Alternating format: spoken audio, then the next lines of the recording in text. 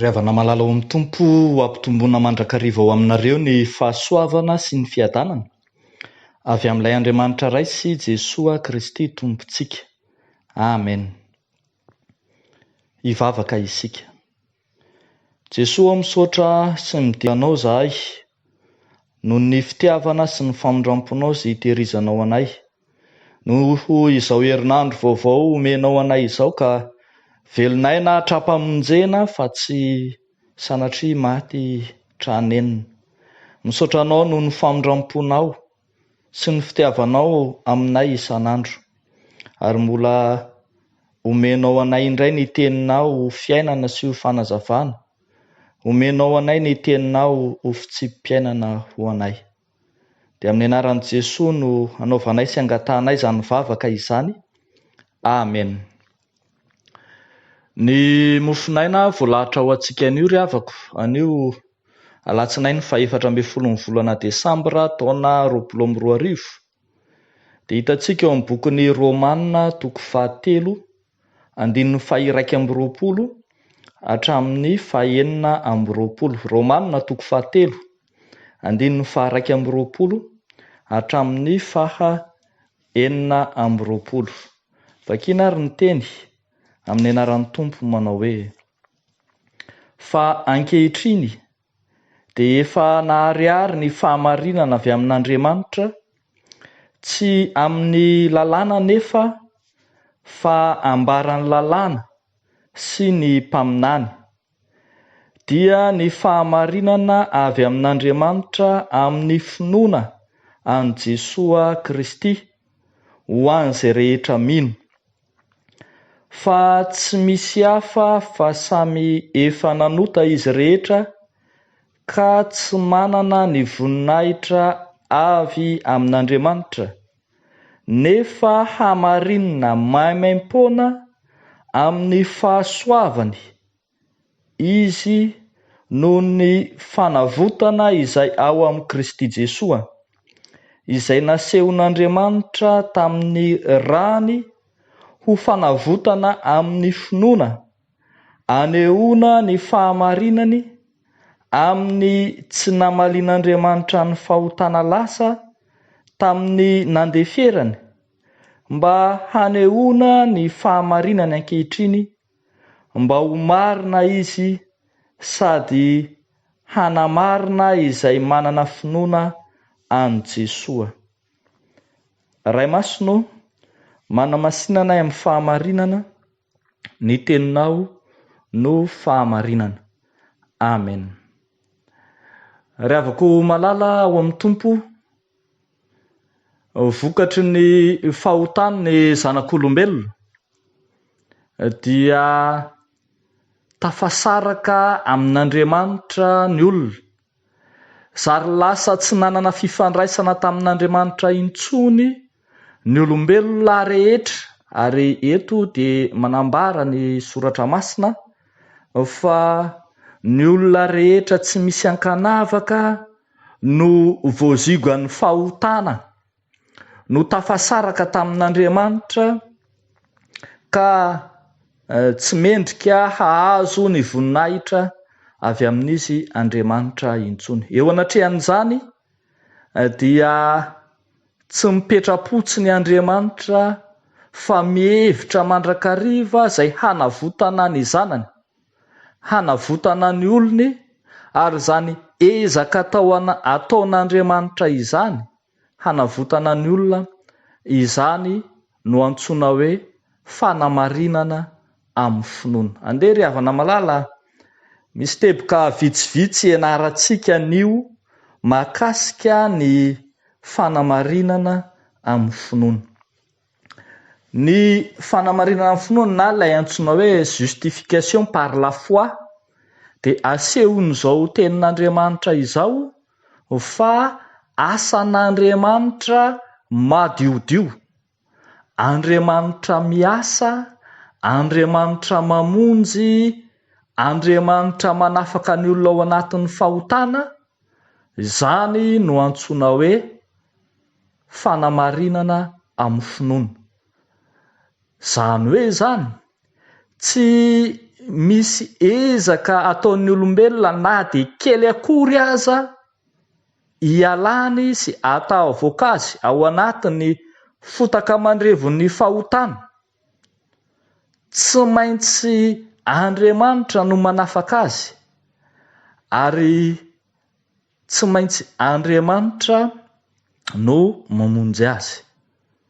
Eto dia ambara fa tsy ny ezaka ataon'ny olombelona tahaka ny lalàna ohatra no anamarinana azy, tsy mahavonjy azy ny lalàna, tsy mahavonjy azy ny fombafomba samihafa, fa Andriamanitra no mahavonjy azy.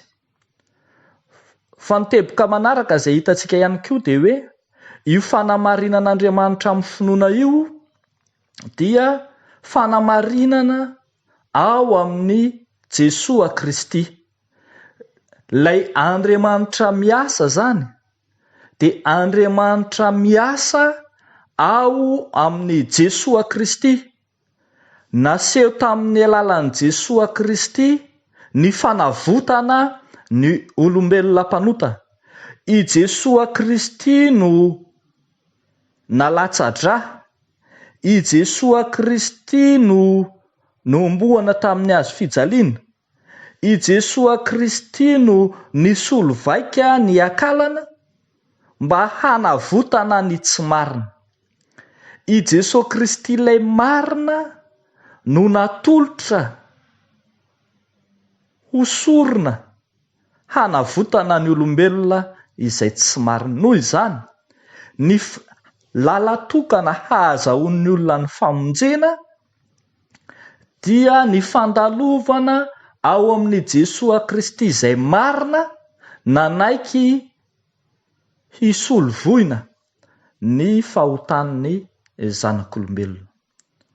Fa mbola teboka hitantsika ihany koa anazavana ny antsoina hoe fanamarinana amin'ny finoana dia hitantsika fa antsoina hoe fahasoavan'Andriamanitra na antsoina hoe fahasoavan'i Jesosy io fanamarinana amin'ny finoana io, na io fanolorantena nataon'i Jesosy Kristy io. Ambara mantsy eo amin'ny 420 fa fanamarinana maimaimpoana, izany no iantsoana azy hoe fahasoavana. Ny antsoina hoe fahasoavan'Andriamanitra zany dia tsy araka loatra izay fomba iantsontsika azy tahaka ny hoe nahazo fahasoavana satria mety hoe nitombo harena ohatra, na hoe nahazo izay nangatahany. Fa ny antsoina hoe fahasoavan'Andriamanitra ambara ny bokin'ny Romanina dia tsy inona tsy akory fa ny faneken'i Kristy hanolotra maimaimpoana ny famonjena ho an'ny olona. Zany no antsoina hoe fahasoavana. Ary ambara fa ho an'ny olona rehetra tsy misy hafa, tsy misy avahana, izay rehetra difitry ny fahotana dia mendrika azo izany avokoa rehefa mandalo sy manaiky amin'ny Jesosy Kristy ilay nisolo ny elontsika tsiraray avy. Fa ny teboka farany ry havana malala izay andeha ho jerentsika mahakasika ity fanamarinana ny finoana ity dia ny hoe ny varavarana misokatra ahazahoan'ny olona ilay asan'Andriamanitra eo amin'ny olona na ilay fanamarinan'Andriamanitra amin'ny finoana dia amin'ny alalan'ny fanekena ny mahampanota. Ny faneken'ny olona ny mahampanota azy no lalana voalohany hahatakarany ny fahasoavan'Andriamanitra.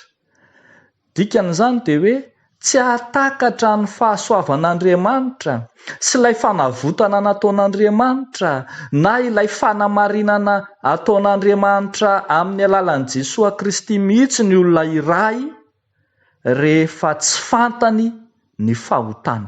rehefa tsy miaika izy ny fahotany. Ny fieken'ny olona ny fahotany arak'izany dia varavarana mampiditra azy ho any amin'ny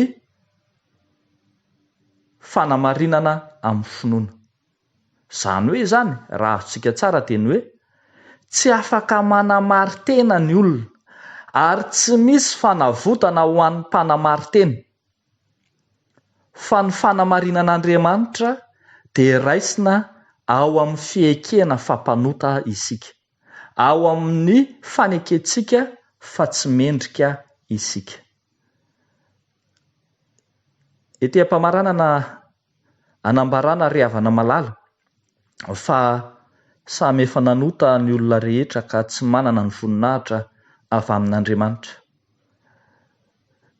Raha izany no izy dia te hilaza ny soratra masina fa tsy ianao nanota akory no zava-dehibe, tsy ianao nanota akory no zava-doza, fa ianao tsy mahay mandray ny fanamarinana noho ny fahotanao. Tsy ny fahotantsika akory no sakana tsy ahitantsika an'Andriamanitra, fa ny fiziriziritsika tsy handray ny fahasoavana omeny amin'ny alalan'i Jesosy Kristy. Ny fiziriziritsika tsy handray ny fanamarinan'Andriamanitra ka mahatonga antsika mampiasa ny ezaka manokana ataontsika tsy handraisana ny ezaka ataon'Andriamanitra eo amin'ny fiainantsika. Dia hitoetra lalandava ao amintsika ry havana izany fanamarinan'Andriamanitra amin'ny finoana amin'ny alalan'i Jesosy Kristy. Maimaim-poana ho an'ny olona rehetra izany, ary dia ho an'Andriamanitra ireriany ny voninahitra. Amen. Hivavaka isika. Andriamanitra rainay amin'ny alalan'i Jesosy Kristy zokinay ianao a, misaotra sy mideranao izahay noho ny fahatsiarovanay ankehitriny, fa Andriamanitra mihevitra anay ianao, Andriamanitra tia anay ianao, Andriamanitra manao dingana ianao, anavotana anay, amonjena anay ao anatin'ny fahotanay, ao anatin'ny fahalotonay, ao anatin'ny izay tsy mamendrika anay. Misaotra Jesosy noho ny amin'ny dingan-dava ataonao ka nanoloranao ny tenanao ho fanavotana anay, ary indray hiaina sy hivelona amin'izany fahasoavanao izany, hamakivaky indray ity herinandro vaovao ity amin'ny fahasoavanao marina tokoa. Dia tantany Tompo ny fiainanay ho fiainana feno ny fahasoavanao, tantano ny fiainana andavanandronay ho fiainana feno fitiavana sy fifankatiavana, anjakan'ny fahamarinana, anjakan'ny fahitsiana, ary dia ho lavitra ny fanaovan-dratsy, ho tia ny fanaovan-tsoa amin'ny mpiarabelona anay tsiraray avy. Amin'ny anaranao Jesosy Kristy mahavonjy no anaovanay sy angatahanay izany vavaka izany. Amen.